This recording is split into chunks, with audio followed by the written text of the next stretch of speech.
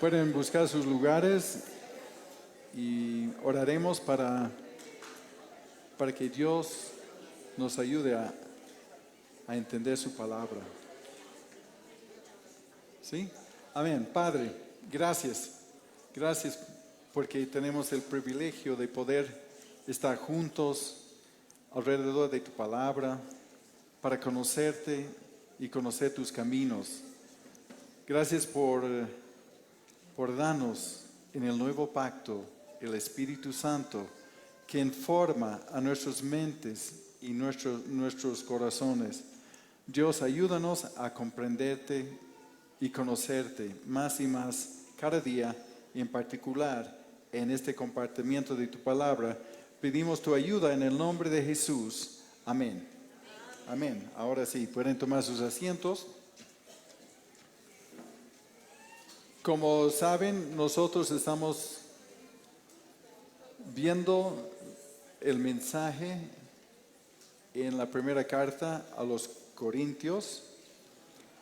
Hemos visto que Pablo corrige muchas cosas en el principio de la carta porque tenía un informe del comportamiento de estos hermanos, pero también está, en esta última parte, está respondiendo a algunas preguntas sinceras que tenían los corintios sobre muchas cosas.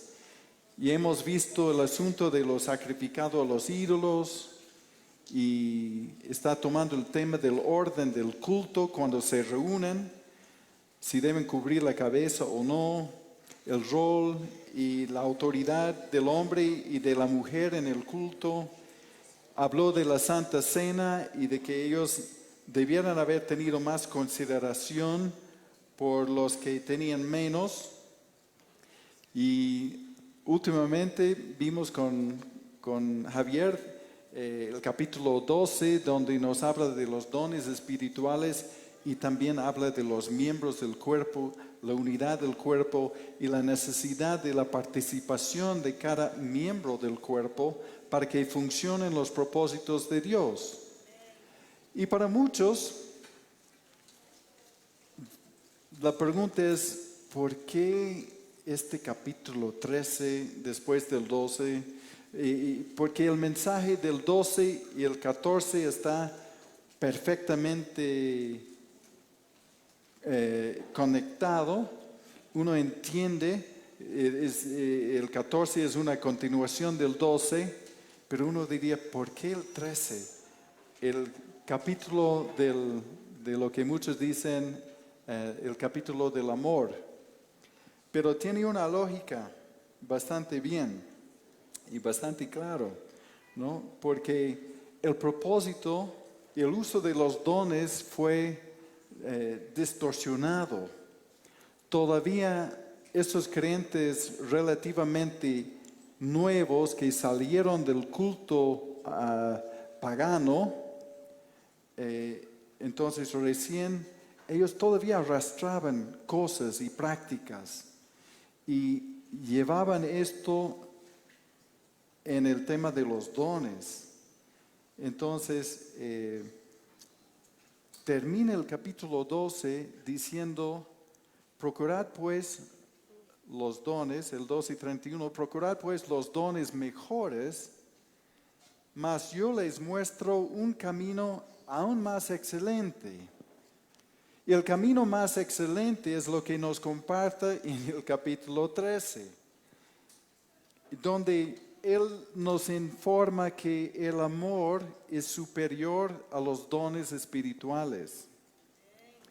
En 1 Corintios 13:1 nos dice, si yo hablase lenguas humanas y angélicas y no tengo amor, vengo a ser como metal que resuena y símbolo que retiñe. Los corintios estaban encantados con los dones espirituales, en especial el don de lenguas, y aplicaban una práctica pagana a su uso del don de lenguas. Y Pablo les recuerda que hablar en lenguas sin amor no es más que ruido. no edifica, no ayuda a la iglesia. Y nosotros podemos entender, y hay un gran debate, y no es el fin del mundo si no estamos de acuerdo en eso, pero debemos examinar las cosas bien y debemos examinar el fruto de lo que creemos, si realmente el fruto de lo que creemos se alinea con la verdad y propósitos de Dios en su palabra.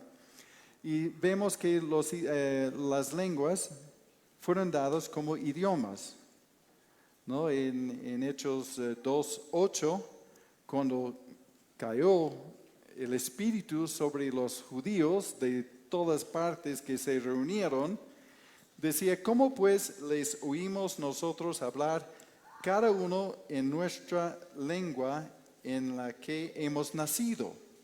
En la fiesta, el festival de Pentecostés, venían los judíos que fueron dispersados por todos lados, que aprendieron y muchos nacieron hablando otros idiomas.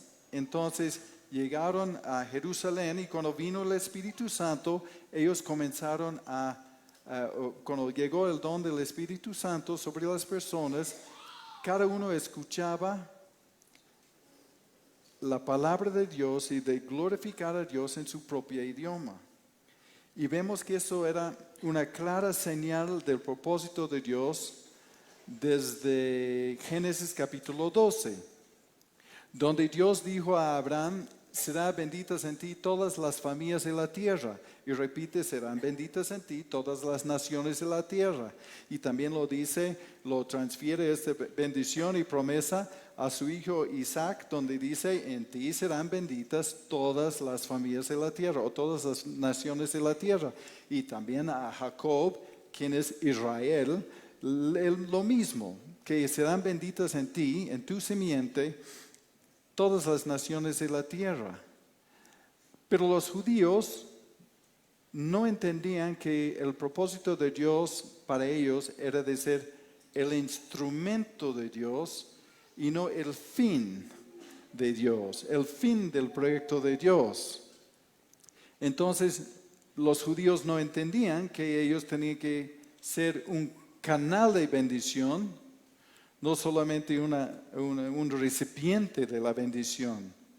Entonces, cuando llega Jesús y lo que Él hace en la cruz y el nuevo pacto y la nueva dispensación, el nuevo tiempo, entonces Dios está cumpliendo su promesa donde están incluidos claramente los gentiles en el plan de Dios. Entonces, ahí en Hechos capítulo 2, los judíos pensaban que para hablar con Dios, para adorar a Dios, para exaltar a Dios, tenías que hablar en arameo o en hebreo. Y aquí rompe una cosa importante, porque le escuchaban adorar a Dios y alabar a Dios en un montón de idiomas, y hay la lista de idiomas ahí en Hechos.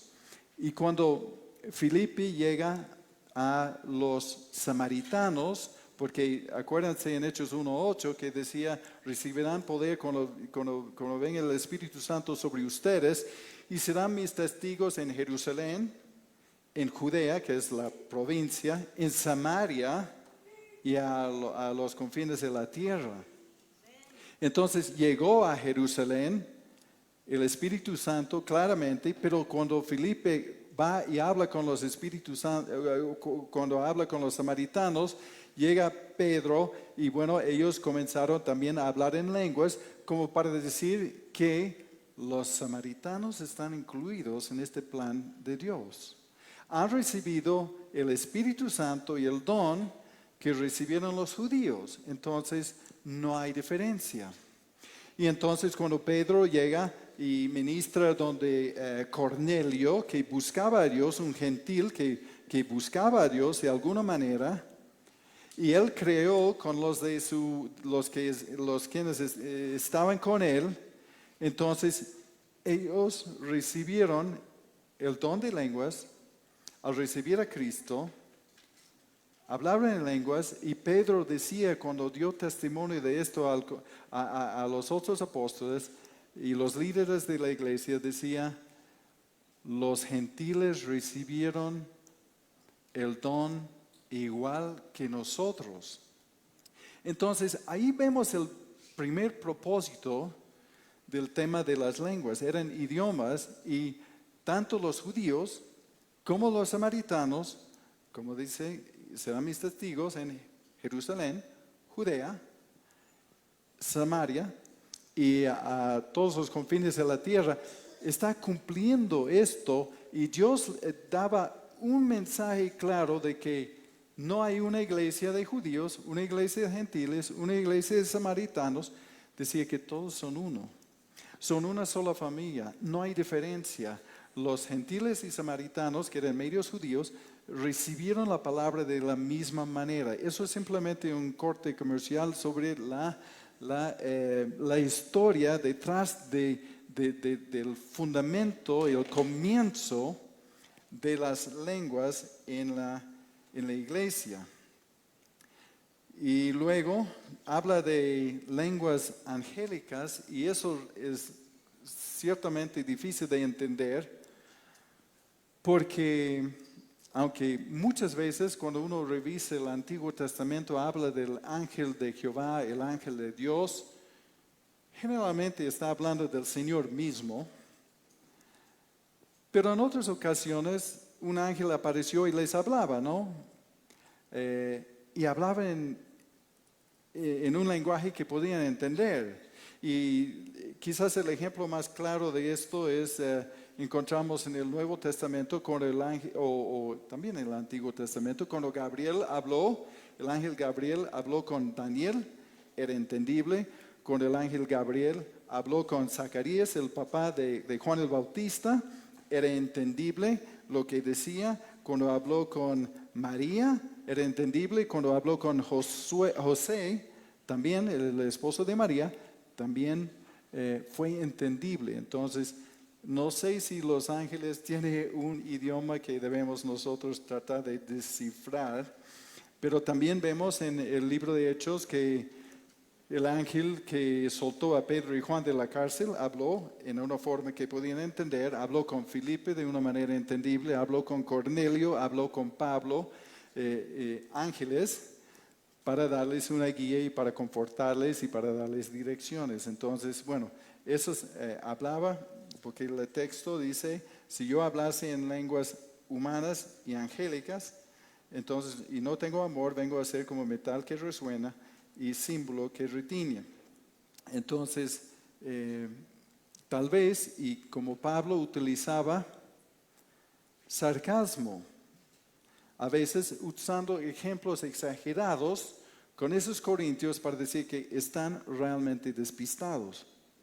Entonces, como para decirlo, entonces él dice y resaltó a veces algo que ellos crean, pero que no son necesariamente la verdad. Y van a ver eso varias veces en la primera carta de los Corintios.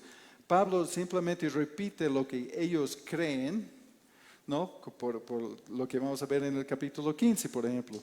Entonces, ¿por qué se bautizan por los muertos? Y un asunto así. Pablo, o ¿por qué dicen que hay que bautizar por los muertos? O así. En este contexto, y Pablo no está diciendo, yo creo esto. Pablo está diciendo, pero ustedes creen, ¿por qué dicen ustedes? ¿No? Entonces, Pablo varias veces dice, está resaltando lo que ellos creen, ¿no? Entonces, entonces no era necesariamente la verdad. Pero bueno, el tema aquí es claro que de hablar en lenguas estáticas, ¿no? Porque habían ritos, ellos salieron de ritos que honraban a los dioses paganos, ¿no? Afrodita, Baco, Dioniso, y en estado de ebriedad. Incluyen ruidos estáticos acompañados por símbolos y trompetas. Y por eso Pablo está utilizando esto para decir que eso de lenguas extáticas, entonces no tiene ningún fruto en la edificación de la iglesia. Por eso dice, es un ruido. Es un ruido solamente. En el versículo 2 de 1 Corintios 13 dice, y si tuviese profecía y entendiese todos los misterios y toda ciencia, y si tuviese toda la fe, de tal manera que trasladase los montes, y no tengo amor, nada soy. Profecía, hay debate sobre esto también, en lo cual podemos no estar de acuerdo, pero principalmente después de que el Nuevo Testamento, toda la escritura fue terminada, ¿no? El mensaje, la doctrina de los apóstoles y todo. Entonces la profecía, muchos de nosotros entendemos como la correcta exposición de la palabra, ¿no? La correcta exposición de la palabra donde nosotros podemos entender la voluntad de Dios, ¿no? La ciencia, bueno, los corintios y todos los griegos se jactaban mucho sobre el conocimiento, de saber más. Entonces tenían mucho conocimiento. Y Jesús mismo dijo, si tuvieras fe como un grano de mostaza, diréis a este monte, pásate de aquí a allá y lo hará, ¿no? Pero Pablo está diciendo que nada de eso sirve si está separado del amor. Los dones no cumplen su propósito si están desconectados del amor, porque eso es el camino mejor, más excelente, que Pablo está diciendo. Entonces, los corintios no entendían el propósito y el fin de los dones y los agarraban como para su beneficio propio, ¿no? Como hoy. Y como muchos hemos visto en los últimos 20 o 30 o 40 años, que muchas veces los dones son utilizados para llamar la atención a uno mismo, para decir que yo soy de primera categoría espiritual y ustedes son los chapis de segunda categoría, ¿no? Entonces, eso fueron utilizados como para inflar el ego, ¿no? Y peor hoy son utilizados esas manifestaciones como para decir que aquí está el espíritu, hace cosas espectaculares, entonces aquí está el ofrendero, ¿no? Entonces lo utilizan como para recaudaciones, ¿no? Pero pierden el propósito de los dones, ¿no? Porque la prueba de la llenura del Espíritu Santo no es carisma, es el amor. Y eso es lo que Pablo nos está diciendo, ¿no? Y en eso creo que el amor requiere una definición. Porque uno puede amar a su familia, puede amar su auto, puede amar el helado, puede amar un cierto lugar. Entonces, el griego es más rico en el sentido de que tiene mínimamente 4 definiciones del amor o palabras para expresar el amor. Y en otros lugares hablan de como 6 palabras para expresar el amor. Y ustedes seguramente han escuchado eso, no voy a pasar mucho tiempo en esto, pero de eros, que es el amor más pasional, de ahí sale la palabra erótico o físico o pasional, y el amor sexual, ¿no? Más del eros, ¿no? Que puede tener su lugar dentro del matrimonio. Otro es el storge, que es amor de familia, afecto entre padres e hijos y la familia en general. Otro es filia o filios, como quieren pronunciarlo, que es sobre la amistad, amor, afecto fraternal, profunda amistad o compañerismo. Por ejemplo, la palabra filosofía viene o significa en realidad el amor a la sabiduría, y filos, el amor, y sofía, sabiduría. Entonces ahí tenemos filosofía. ¿no? Hay muchas palabras, Filadelfia, ¿no? La iglesia de Filadelfia o la ciudad de Filadelfia. Viene de esto, ¿no? Del amor fraternal. Pero el amor que expresa en todo este capítulo es el amor ágape.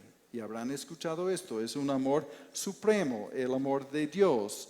Es el amor que Dios, es la esencia de Dios. Porque no quiero decir que Dios tiene amor, porque no es tan correcto. Dios es amor, es su esencia, ¿no? Entonces es un amor desprendido, desinteresado, es un amor que entrega todo, no es condicional, ama a las personas no amables, ama aun cuando uno es rechazado.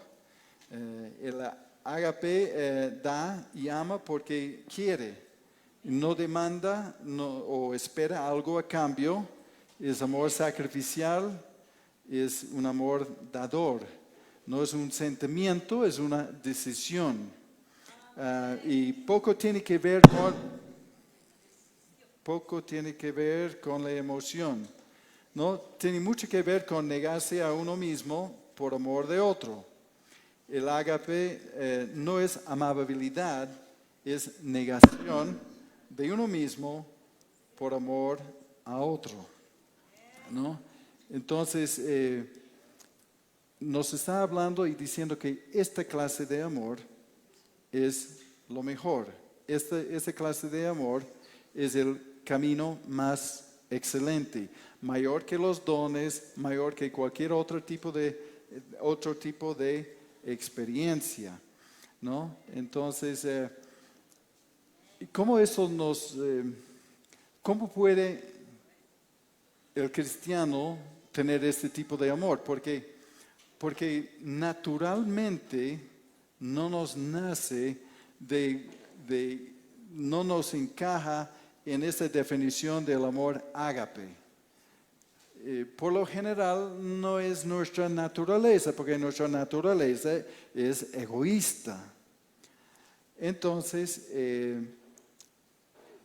un versículo que a mí me gusta es el Romanos 5:5, cuando después de decir que tenemos paz para con Dios mediante Jesucristo, es el micrófono. Entonces,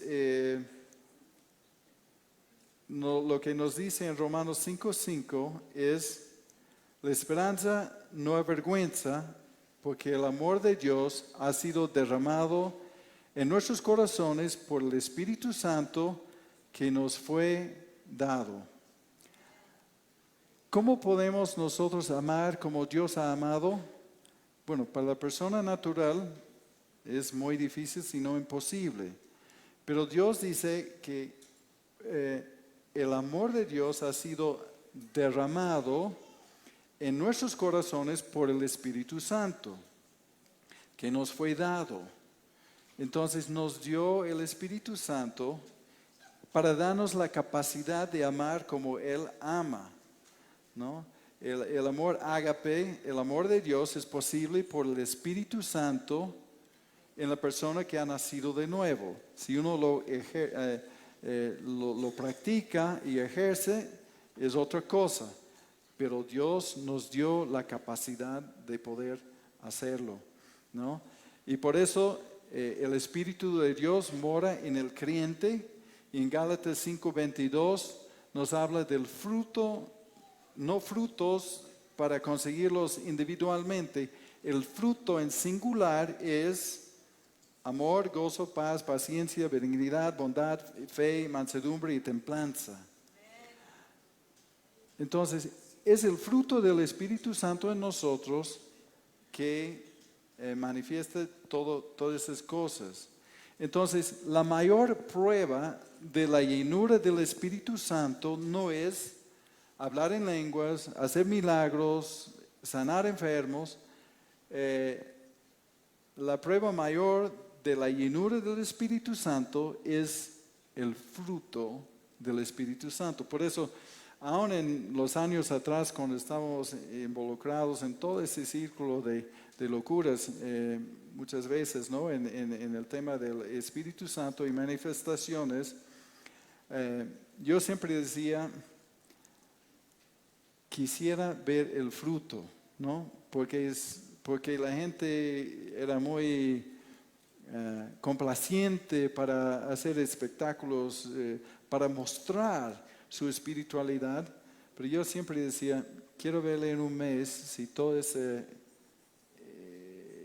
espectáculo convirtió en fruto, ¿no? Porque la mayoría de las personas que acercaron a Dios y creyeron en una relación emocional y con esas experiencias místicas, la mayor parte de ellos que conozco ni están en la iglesia hoy día. Porque cuando termina la emoción, termina lo que ellos llamarían su fe. Entonces, por eso, mejor lo que Pablo está diciendo aquí, como un resumen adelantado, es mejor que los dones y manifestaciones externos, porque no vemos un poco del amor. Entonces, si hay amor, entonces ya es más creíble, es más real. 1 Corintios 13:3 dice, y si repartiese todos mis bienes para dar de comer a los pobres, y si entregase mi cuerpo para ser quemado, y no tengo amor, de nada me sirve. ¿No? Uno puede ser generoso, pero puede ser generoso por motivos egoístas, ¿no? Por alimentar su ego, por el prestigio, por ser alabado. Uno puede ser generoso por otros motivos.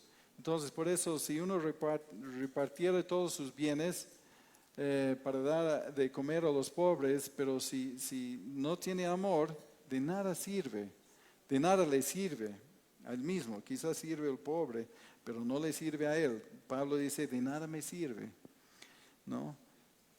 Y de ser quemado, antiguamente algunos cristianos pensaban que la sangre del martirio quitaría cualquier pecado. Solo sucede conmigo, no sé, que tengo una energía muy fuerte.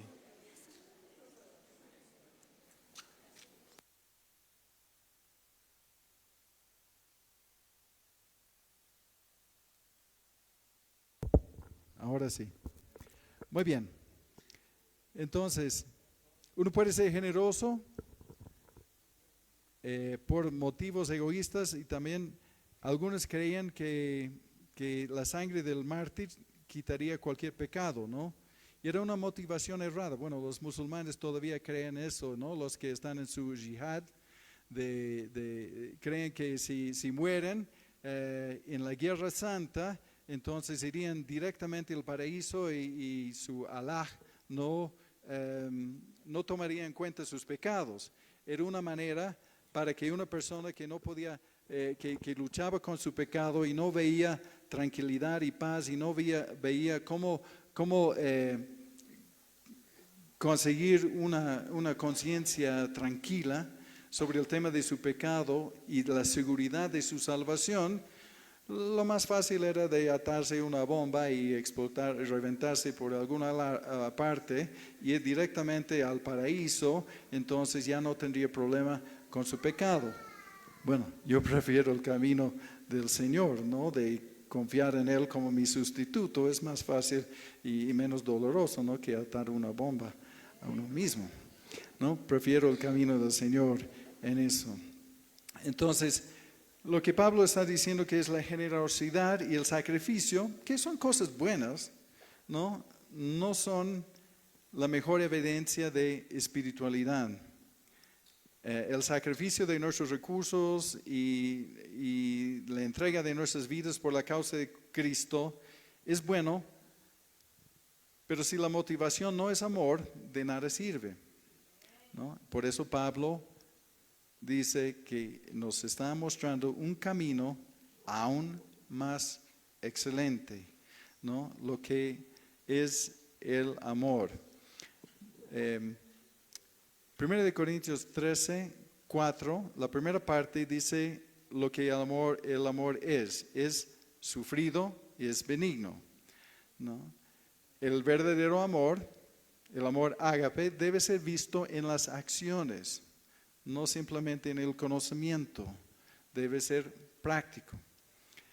El amor es sufrido, es paciente, que quiere decir que es paciente y sabe soportar. El amor es la esencia de Dios y Dios nos muestra su amor. Por ejemplo, en 2 de Pedro 3:9 dice: el Señor no retarda su promesa, según algunos la tienen por tardanza, sino que es paciente para con nosotros, no queriendo que ninguno perezca, sino que todos proceden al arrepentimiento. El Señor está mostrando su amor ágape en este momento, extendiendo su amor para que algunos más le lleguen a conocer antes del fin de las cosas, porque lo que sigue en 2 de Pedro 3 habla del final de las cosas. Entonces, Dios está siendo paciente, y Dios está siendo paciente no porque somos tan amables y no porque merecemos algo. Dios simplemente está amando un mundo que le da la espalda, que un mundo que no es amable, con la esperanza de que algunos más lleguen a conocerle antes de que Él diga, game over, termina el juego, ¿no? Ya terminan los tiempos. Entonces Dios es paciente y por eso dice sufrido, es paciente. Y para nosotros es ser pacientes como el Señor con personas conflictivas o personas que nos lastiman, teniendo el poder de vengarnos, no lo hacemos, ¿no? Eso es sufrido, ¿no? Por misericordia y por la paciencia, uno sabe soportar y no cobrar la falta, ¿no? ¿Cómo estamos en eso? ¿Cobramos la falta rápidamente o siempre digo, ya, si uno puede en silencio contar a unas 10 por lo menos, podría atar su lengua un poco y tener menos problemas, ¿no? Pero entonces somos vengativos, entonces no estamos siendo sufridos. O benigno que está en la lista del fruto del Espíritu Santo que mora en nosotros si solamente permitamos que el Espíritu actúa y obra en nosotros. Entonces seremos más bondadosos, ¿no? Se ve en actos de bondad, uno ve una necesidad y atiende esta necesidad desinteresadamente, ¿no? Tiene consideración por otros, ayuda a otros de buena gana, ¿no? Lo que no estaban expresando en la práctica de la Santa Cena, cuando tenían una desconsideración total por los que tenían menos. Entonces, lo que el amor es sufrido y es benigno. Y lo que el amor no es, la segunda parte del versículo 4 hasta el 6 dice: el amor no tiene envidia, el amor no es jactancioso, no se envanece, no hace nada indebido, no busca lo suyo, no se irrita, no guarda rencor, no se goza en la injusticia, más se goza de la verdad. Aquí dice que no tiene envidia. Envidia es un pecado muy dañino porque no consigue nada más que herir a las personas, rompe y estorba las relaciones humanas. El amor no tiene envidia, no resiente cuando alguien es ascendido o bendecido, no tiene envidia. Y realmente es un pecado fuerte porque por envidia Caín mató a Abel, José fue esclavizado, la envidia puso a Jesús en la cruz. Mateo 27:18 dice, porque sabía que por envidia le había entregado. Por envidia los judíos le habían entregado a Jesús a la cruz, ¿no? Y envidia está en la lista de las obras de la carne que uno puede revisar en Gálatas capítulo 5. El amor no es jactancioso, el amor puede obrar de forma anónima, no llama la atención a sí mismo por sus buenas obras. El amor da porque es su naturaleza, no por reconocimiento, no es jactancioso. No se envanece, estar envanecido es ser arrogante, enfocado en sí mismo. Entonces el amor no busca ser alabado por los hombres, porque tanto jactarse como envanecerse están arraigados en el orgullo. Y el orgullo quiere aparentar ser amoroso sin que sea una realidad. Y el peor orgullo de todos es el orgullo espiritual. No es fingido, es un autoengaño, porque como dice, Dios rechaza el orgulloso. Entonces, el orgullo espiritual está totalmente desconectado de Dios, porque es una contradicción. Dios no participa en eso. Dice, no hace nada indebido. Si eres creyente, eres un beneficiario del nuevo pacto, donde el Señor dijo que pondrá sus leyes en nuestras mentes y en nuestros corazones. Entonces, uno sabe lo que agrada o lo que no agrada a Dios. Tiene como una alarma, una alerta en sí mismo cuando está acercando a algo que no agrada a Dios. Entonces sabe lo que es bueno y lo que es indebido, y no tiene que atropellar y violar su conciencia haciendo las cosas que no agrada a Dios. El Espíritu Santo nos puede enseñar lo que es indebido. Entonces el Señor colocó su Espíritu en nosotros para vivir una vida que agrada a Dios. No busca lo suyo. Pablo comunica la misma idea en Romanos 12:10, que dice en cuanto a honra, prefiriéndose los unos a los otros, o en Filipenses 2:4, que dice no mirando cada uno por lo suyo propio, sino cada cual también por lo de los otros, ¿no? Entonces no busca lo suyo, nos llama a ser personas que estamos centrados en otros, en lugar de uno mismo. Hay muchas personas que no resuelven muchos problemas en sus vidas porque están muy, muy ensimismados. Y si uno busca más allá a otros, de atender y bendecir a otros, entonces sus propios problemas se van achicando y achicando más y más. Pero cuando uno solamente está enfocado en sí mismo, es difícil salir de esta trampa, ¿no? Esta cárcel en que nosotros mismos nos hemos metido. Y aquí uno que nos suena a cada uno, ¿no? Dice, no se irrita. Bueno, a todos nos resulta muy fácil ser irritados o provocados por alguien, por otros, ¿no? Pero el fruto del Espíritu Santo incluye paciencia, mansedumbre, templanza. Entonces, el amor, y estamos hablando del amor ágape, no aguanta entre sí. Ágape no guarda rencor, no guarda recuerdos o ofensas, no se aferra a heridas pasados. Y algunos creyentes pierden su testimonio por completo y pierden su gozo por no arreglar cuentas rápidamente.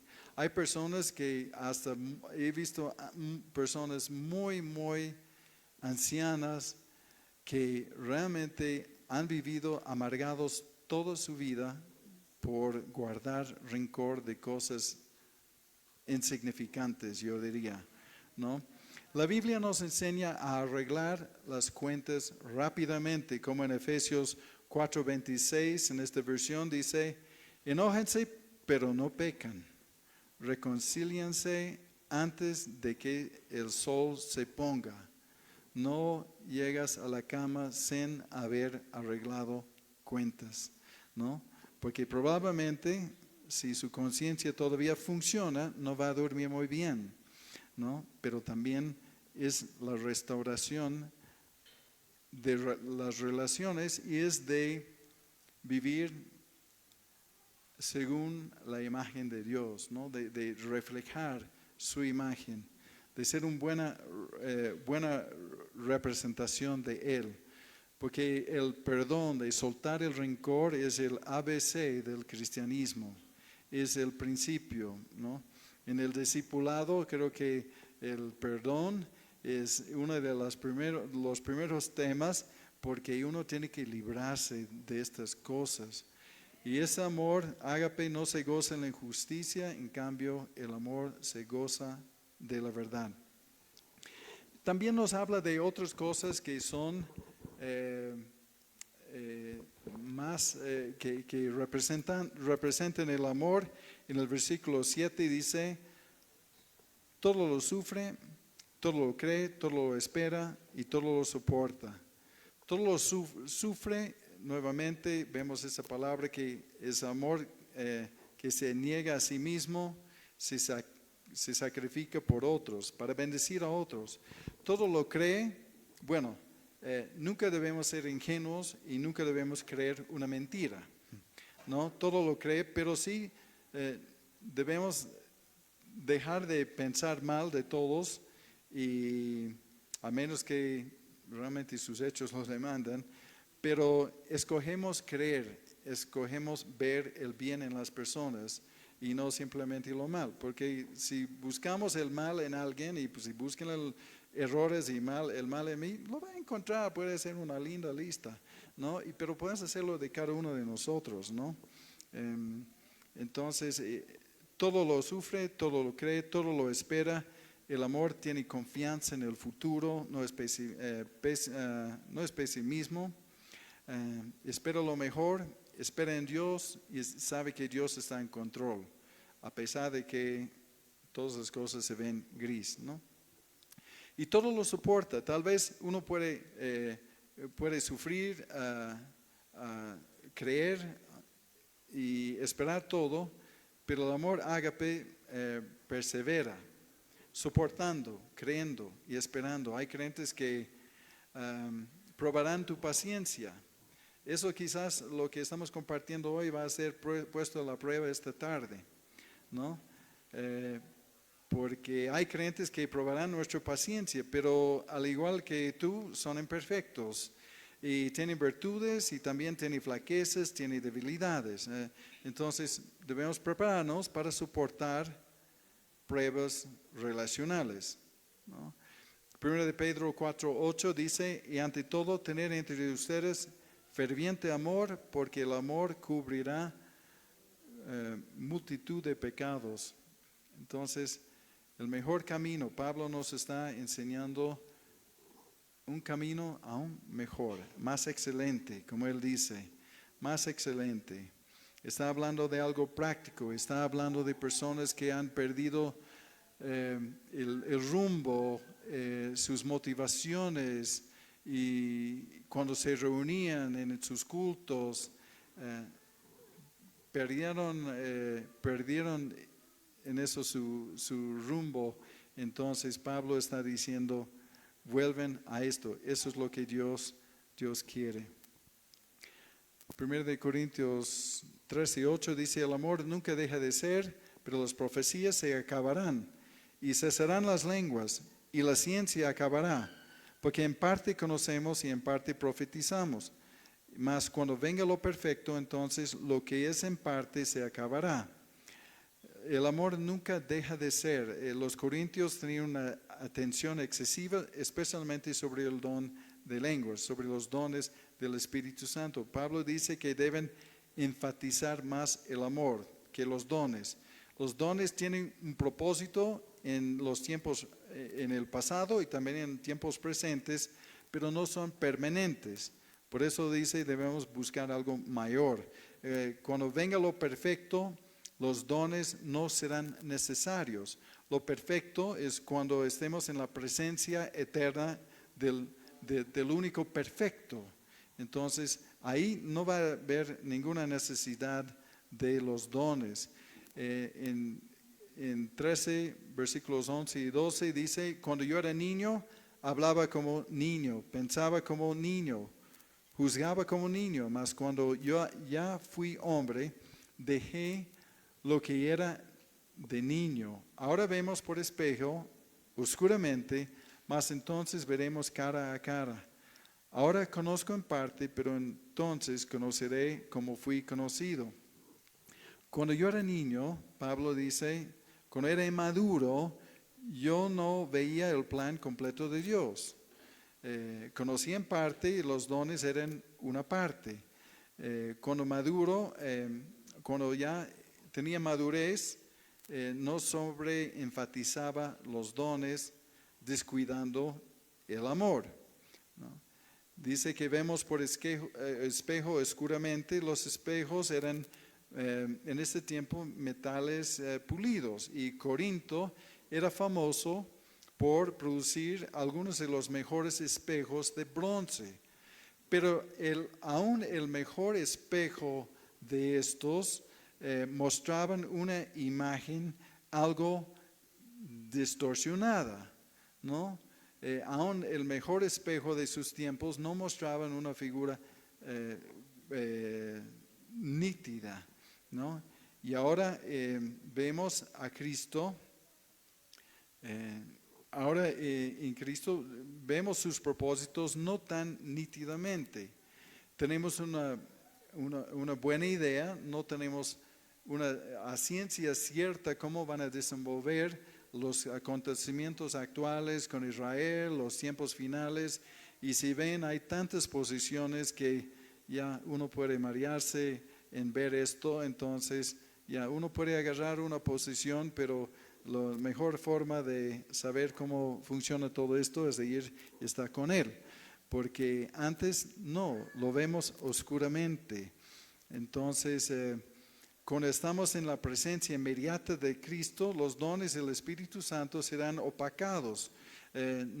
Su necesidad será desvanecida. No habrá necesidad, porque vemos al Señor cara a cara, y como como cuando Moisés tuvo su experiencia en Éxodo capítulo 33, decía que él hablaba con el Señor como cualquiera hablara con su compañero.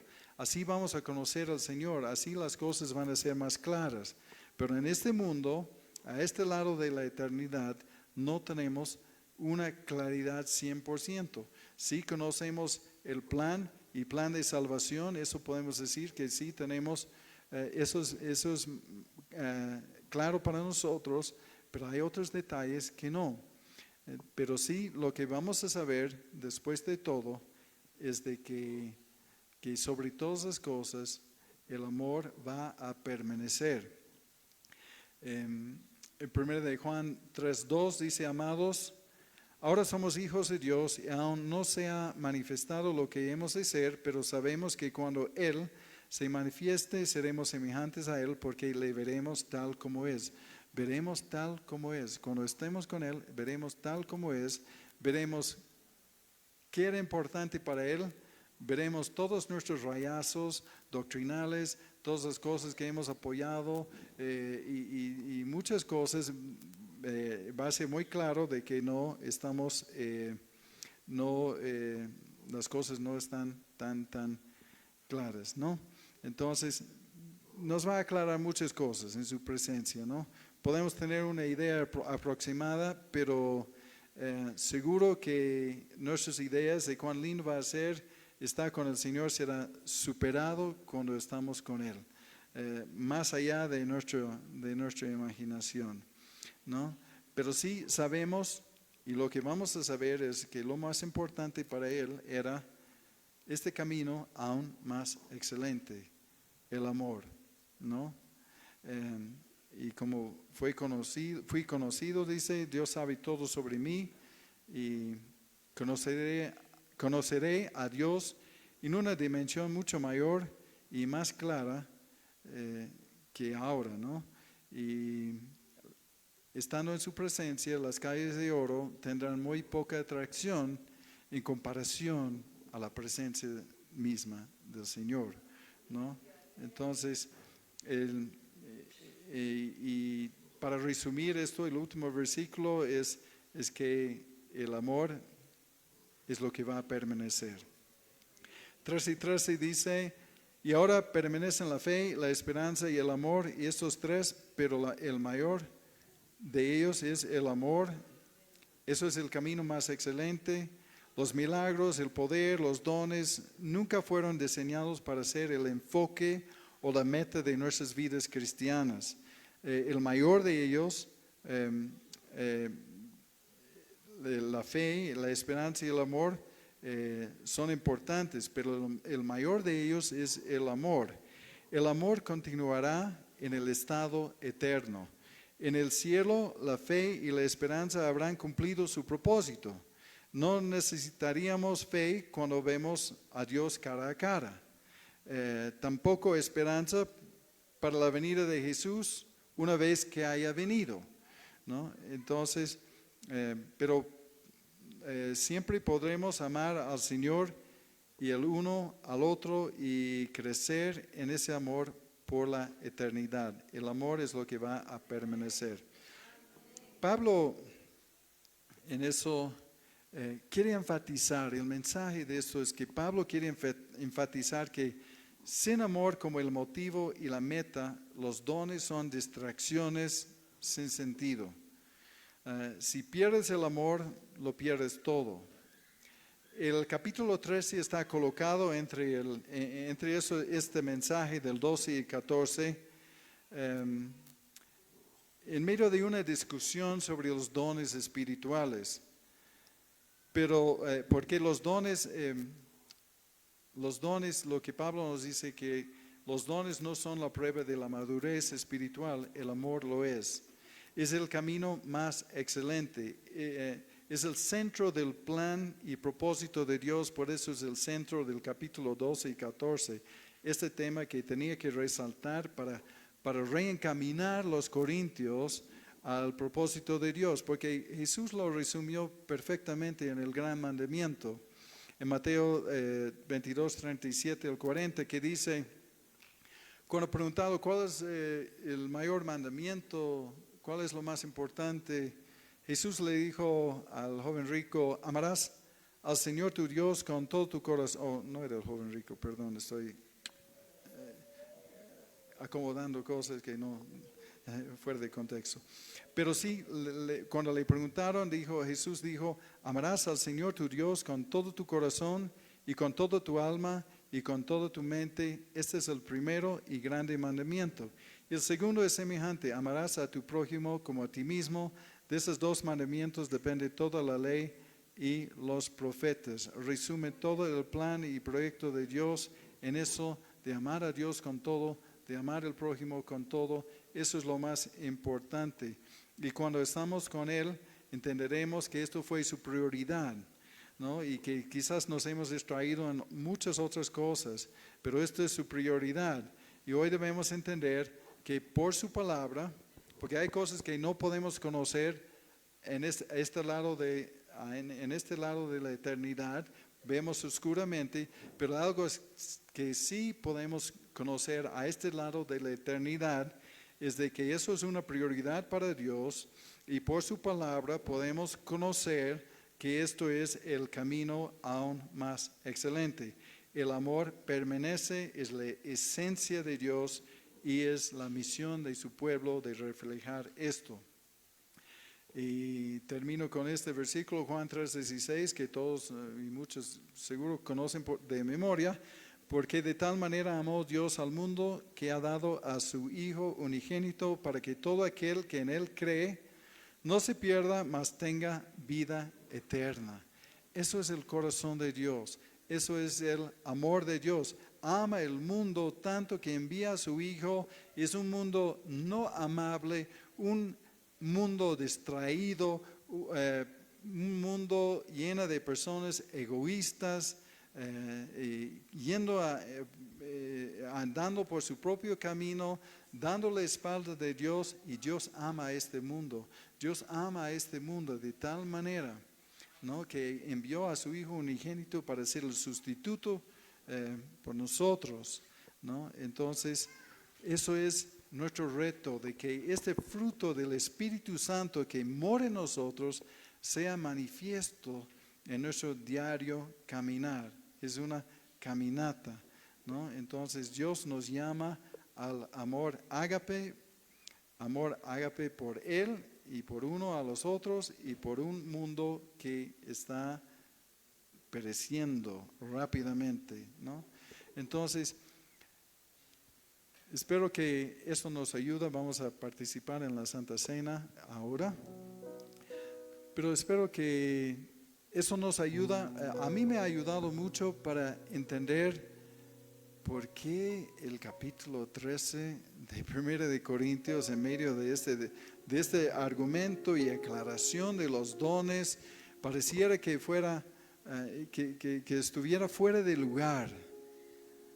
Pero cuando uno entiende el contexto, uno dice, no, esto encaja perfectamente. Además, es un mensaje urgente de conocer el corazón de Dios.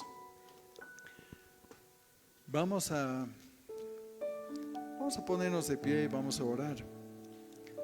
Vamos a tratar de preparar nuestros corazones para la participación en este recordatorio que llamamos nosotros la Santa Cena,